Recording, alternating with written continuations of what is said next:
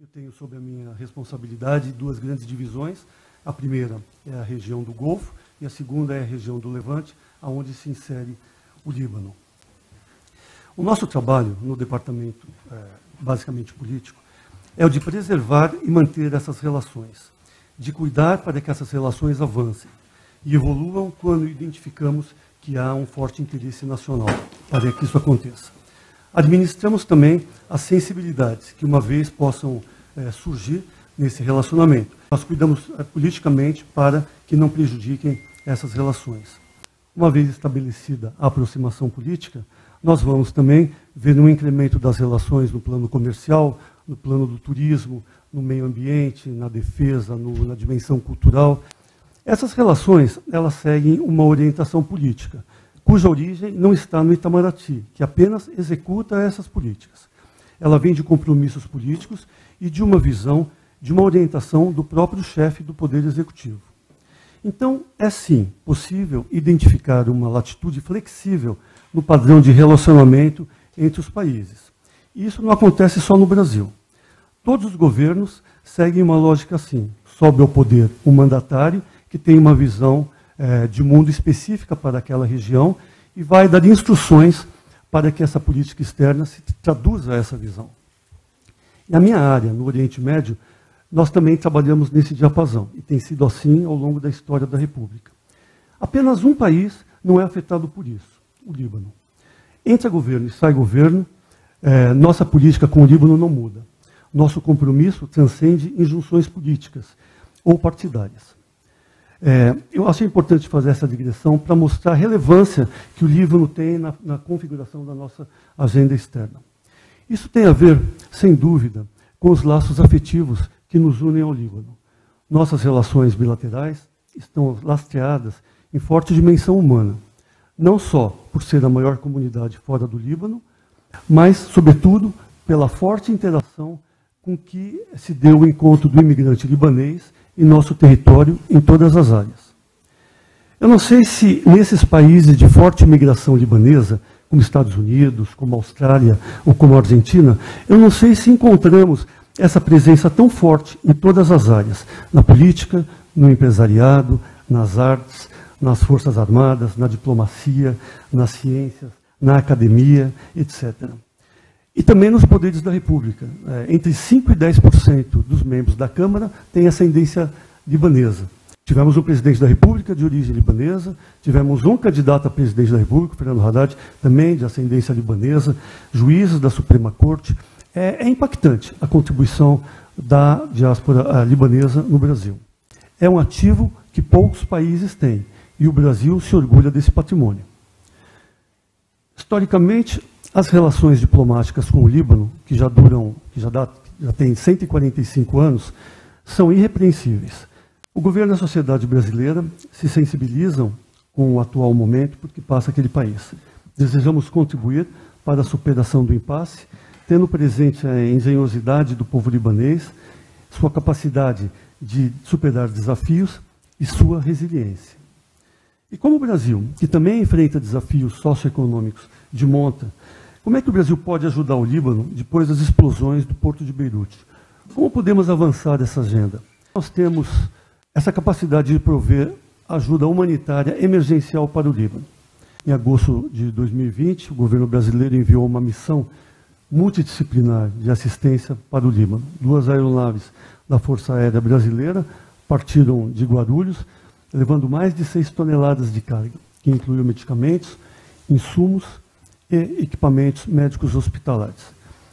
A diáspora libanesa no Brasil prontamente organizou-se e enviou doações de alimentos e insumos hospitalares. Em encontro com autoridades libanesas, o chefe da delegação brasileira e o enviado especial do presidente Jair Bolsonaro, o presidente Michel Temer, expressou a prioridade do Brasil em oferecer ampla cooperação técnica ao Líbano. Mais recentemente, por meio de gestões junto a congressistas brasileiros, a Agência Brasileira de Cooperação levantou recursos de emendas individuais parlamentares, somando mais de R$1 milhão para o Líbano. Tais recursos serão utilizados em projetos para a prevenção de desastres e em parcerias para a cooperação na área de traumatologia e recuperação das vítimas de explosões. Entendemos que uma pauta robusta de investimentos no Líbano, ou o aumento da presença empresarial brasileira naquele país, poderia fortalecer a médio e longo prazo a economia libanesa. Contudo, isso se trata de um engajamento basicamente privado. Como nós, governo, como nós podemos facilitar essa coordenação? Nossas trocas comerciais com o Líbano, elas passaram de 184 milhões em 2006 para mais de 250 milhões em 2019, tendo atingido um pico de 365 milhões em 2013.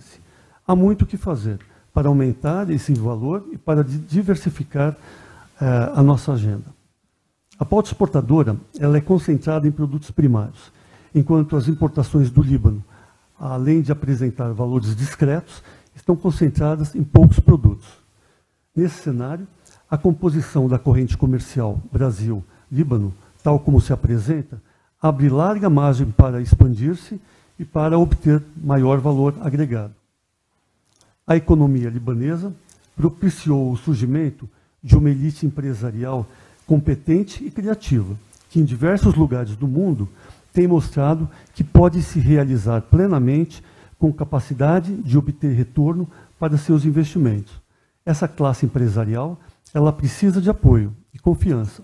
Os governos brasileiro e libanês têm acionado interlocutores políticos, diplomáticos e atores do setor privado para impulsionar os laços comerciais e de investimento entre os nossos países. E há que se mencionar aqui o papel da Câmara de Comércio Árabe-Brasileira e da Câmara de Comércio Brasil-Líbano, que são parcerias importantes na tarefa de impulsionar nossa relação comercial. Um memorando de entendimento que foi firmado em 2014 entre a Câmara de Comércio Brasil-Líbano e a Câmara de Comércio, Indústria e Agricultura de Beirute e Monte Líbano, importante associação de empreendedores do Líbano, com o apoio da Embaixada do Brasil em Beirute, com o objetivo de adensar a colaboração entre as classes empresariais de ambos os países. A organização da primeira conferência latino-americana sobre o potencial da diáspora libanesa. A conferência resultou em documento que enumerou recomendações como um incentivo para que o governo do Líbano busque assinar acordos bilaterais e regionais com o objetivo de fortalecer as exportações do Brasil, bem como impulsionar a capacitação de investimentos e serviços latino-americanos. Em 2017, a Conferência Lebanese Diaspora Energy, realizada em Beirute, onde o Brasil renovou seu engajamento com uma delegação robusta e diversa, chefiada então pelo presidente da Câmara dos Deputados, integrada por 320 brasileiros.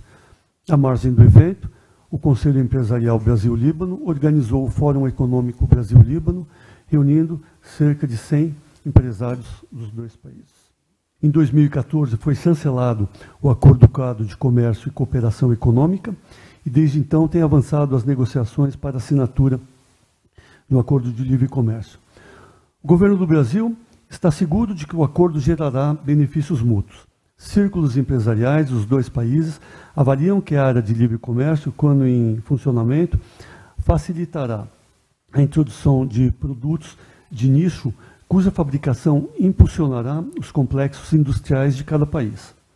O vinho e o azeite libaneses, por exemplo, entrarão no mercado brasileiro em condições mais favoráveis, em condições de competir com produtos de outros países. Espera-se também que o expressivo número de descendentes libaneses, primeiramente no Brasil e também na Argentina, no Paraguai e no Uruguai, poderão se transformar em consumidores de produtos libaneses. Será um passo importante em direção ao equilíbrio das trocas comerciais entre o Líbano e a América do Sul. Eu citaria também a área de energia no Brasil, que é uma área bastante importante, que temos uma vasta expertise, que poderia estar aberto a formas de um maior engajamento entre o Brasil e o Líbano. Sabemos que o Líbano agora, na atual crise, tem uma demanda enorme de energia, com blackouts sistemáticos, então seria uma área que estaríamos bastante abertos a explorar com o setor privado para atingirmos um benefício comum com o agronegócio. O Brasil exibe, além de produção sustentável, produtividade crescente e tecnologia. Avaliamos haver espaço significativo para iniciativas de cooperação. Recentemente, o governo libanês apresentou propostas para o desenvolvimento de projeto de cooperação técnica na área de agroecologia. A Agência Brasileira de Cooperação, a ABC, junto com a Universidade Federal Rural do Rio de Janeiro e a Associação dos Agricultores do Estado do Rio, trabalham na estruturação de projetos nessa área, para promover a utilização mais racional de recursos naturais, bem como o aproveitamento de terras inférteis, cooperação técnica e apoio de empresas no exterior. Há também possibilidade de explorar mecanismos como acordos de facilitação de investimentos, negociações para se discutir meios de evitar a bitributação, como nós já temos feito com outros países da área, como os Emirados Árabes. Há uma grande resistência da Receita Federal, mas é possível, se houver disposição do governo libanês. Existe, por fim, uma terceira modalidade, que eu acho que a embaixadora Jazar vai se dedicar um pouco mais a falar daqui a pouco, uma cooperação mais estruturada com o Líbano, que reforce a capacitação dos setores dentro do Líbano. O Brasil teria grande experiência, por exemplo, em consultoria na parte de pequena e média empresa, com a ajuda do nosso SEBRAE. Muitos dos imigrantes libaneses que vieram para cá começaram a sua carreira profissional na pequena, na microempresa, e hoje se transformaram em grandes conglomerados. Seria basicamente retornar ao Líbano, devolver ao Líbano que esse empresariado tão importante nos deu para a economia brasileira. O Senai também, na parte de cooperação técnica, teríamos que ver como custear essas missões, mas isso seria bastante factível. Identificar setores, e nós já pedimos à nossa embaixada em Beirute, em coordenação com a chancelaria libanesa, identificar áreas na economia libanesa, na área de energia fotovoltaica, por exemplo, na área do lixo, que é um problema muito grave no Líbano também, de reciclagem de material orgânico, na área de agricultura familiar também, e também outras. O Brasil tem uma grande tecnologia social. Na concessão de Bolsa Família, temos ainda essa tecnologia de como você mensurar as famílias, de como você credenciar, exigir que as famílias tenham filhos na escola ou que sejam vacinados. É uma tecnologia brasileira que nós poderíamos também estar explorando junto com as autoridades libanesas. Há um sentido de prioridade na crise libanesa. Não é uma crise a mais. É uma crise que vem de longa data, corroendo a esperança do povo libanês em suas instituições e no futuro. Temos condições, o governo brasileiro, entidades de classe, como as que estão aqui representadas hoje, e a comunidade libanesa, de nos mobilizarmos e mobilizarmos esforços para ajudar o Líbano a superar os desafios atuais. Acreditamos que isso pode se dar pela cooperação econômica. Estamos acostumados a ouvir que a instabilidade política libanesa desestimula os investimentos no país. Mas sem uma economia forte, sem prosperidade, sem uma agenda robusta, a população não conseguirá fortalecer as instituições políticas. É um círculo vicioso que pode ser rompido com exercícios como o que estamos fazendo aqui hoje, aurindo ideias, propondo soluções, juntando forças. No que estiver ao nosso alcance, embaixadora Jazar, conte sempre com o Brasil. Não vamos desistir de ajudar o Líbano. Muito obrigado.